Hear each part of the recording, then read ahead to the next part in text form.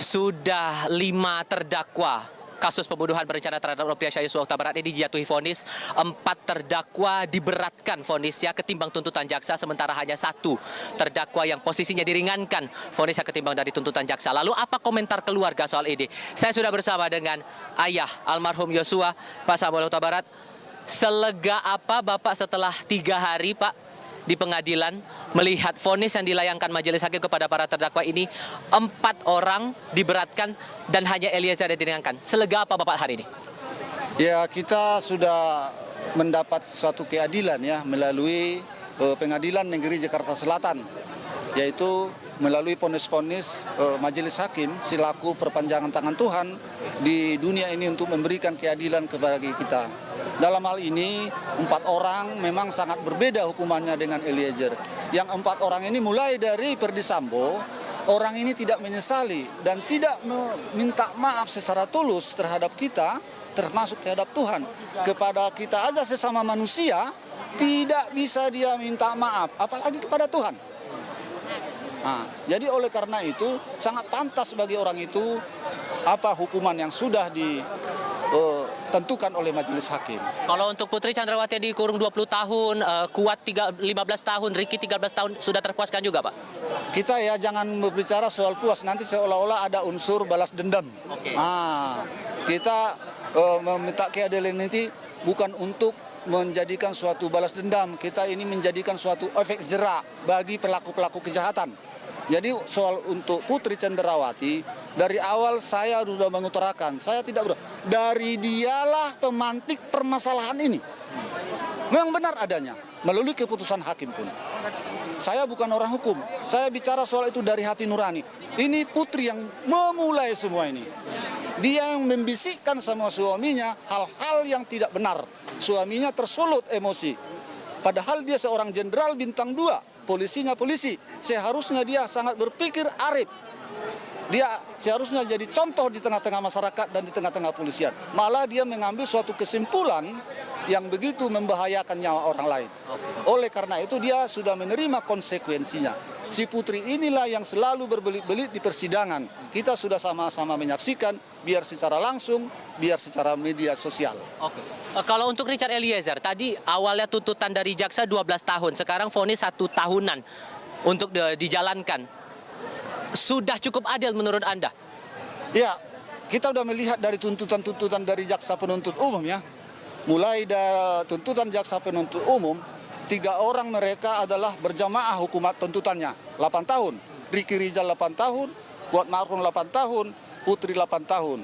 Sedangkan si Eliezer 12 tahun, si Ferdy Sambo seumur hidup. Jadi saya menganggap di persidangan ini memang benar-benar berjalan kuasa Tuhan menjamah hati nurani majelis hakim. Ya.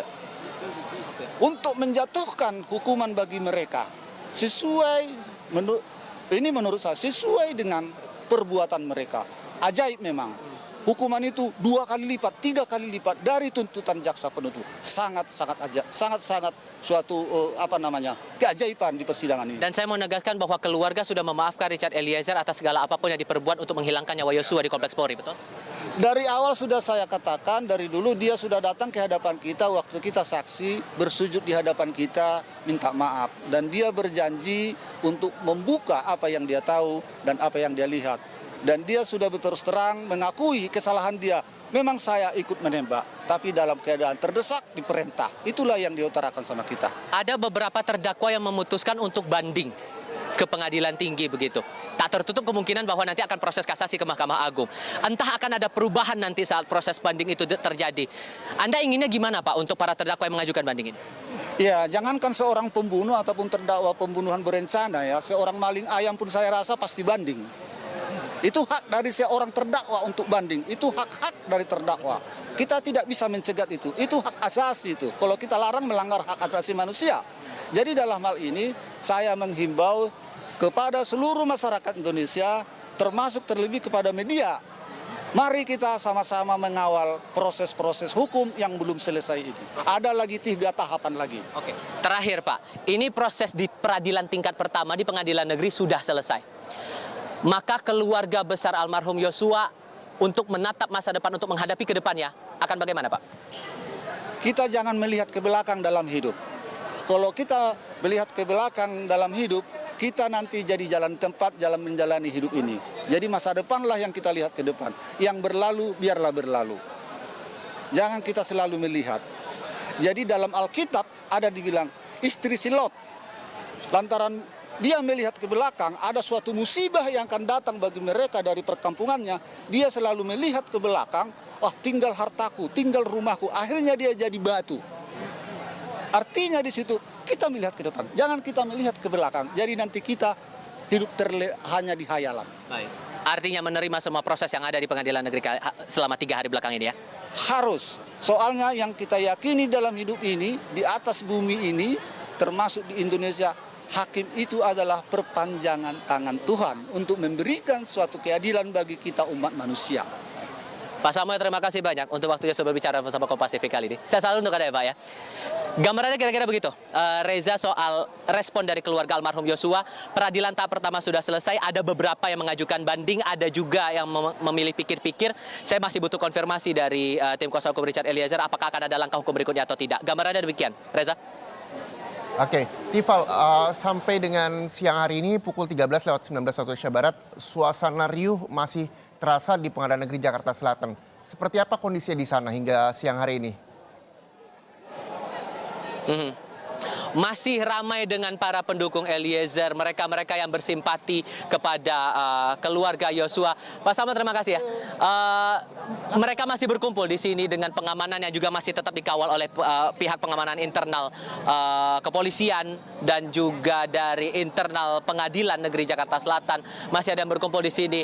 Tempat tadi ada keriuhan di dalam ruang sidang utama, tapi itu sudah ditangani lebih lanjut oleh tim pengamanan internal bersama dengan pejabat humas dari Pengadilan Negeri Jakarta Selatan. Setidaknya gambarannya sekarang kondisi terbilang lebih kondusif ketimbang saat pembacaan vonis tadi di ruang sidang utama. Karena bisa dipahami juga bahwa ada atensi cukup besar dari publik dengan Richard Eliezer yang berstatus sebagai penguak fakta, justice kolaborator dalam kasus pembunuhan berencana terhadap Nofriansah Yosua Huta Barat ini. Ada titik terang, ada upaya mengabulkan setiap permohonan yang disampaikan oleh tim penasihat hukum Richard Eliezer yang awalnya disampaikan kepada LPSK mengabulkan status justice kolaborator dengan harapan status JC itu bisa meringankan posisi pidana bagi Richard Eliezer dalam kasus ini. Awalnya dituntut 12 tahun kurungan penjara oleh jaksa penuntut umum. Keriuhan itu tidak bisa dielakkan.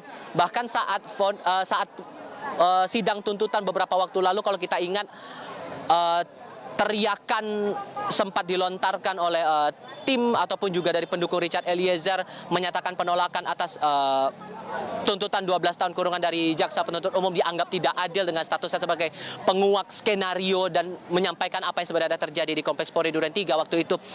Dan sekarang terkabul, mereka juga mengapresiasi kepada majelis hakim yang sudah menjatuhkan vonis 1,5 tahun kepada Richard Eliezer. Inilah yang membuat riuh. Ini pun yang menaruh atensi saya dan teman-teman pewarta lainnya yang berada di ruang sidang utama, di sekitaran ruang sidang utama. Sempat ada dorong-dorongan tapi kemudian berangsur kondusif. Semuanya tetap tertib, walaupun masih terlihat di halaman parkir pengadilan ini masih banyak pendukung yang menyampaikan ucapan terima kasih dan juga apresiasinya kepada pihak pengadilan maupun juga keteguhan dari keluarga Yosua yang sudah menunggu keadilan yang mereka nanti-nanti dalam proses sidang atas kasus pembunuhan anaknya ini. Reza. Baik, terima kasih Tifal Solesen melaporkan langsung dari Pengadilan Negeri Jakarta Selatan.